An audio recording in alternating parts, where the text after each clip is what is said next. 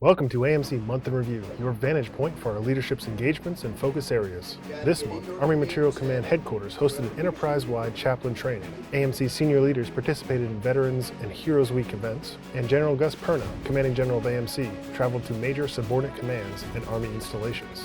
Let's take a look at some of these key events from November 2019.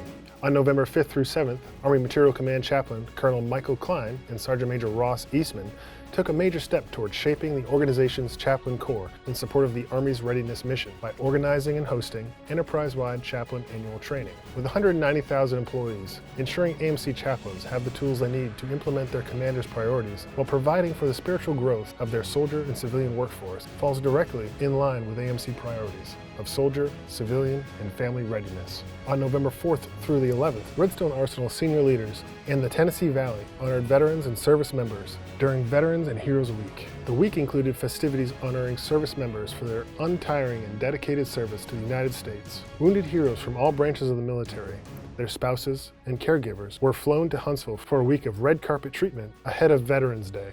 Throughout the month, Perna visited division supply support activities, emphasizing supply availability and equipment readiness. Perna stressed the importance of having the right equipment on hand and divesting of equipment that units no longer need, unburdening them from having to maintain it and saving critical resources. To find out more about these topics, visit AMC's webpage. And thanks again for checking out AMC Month in Review.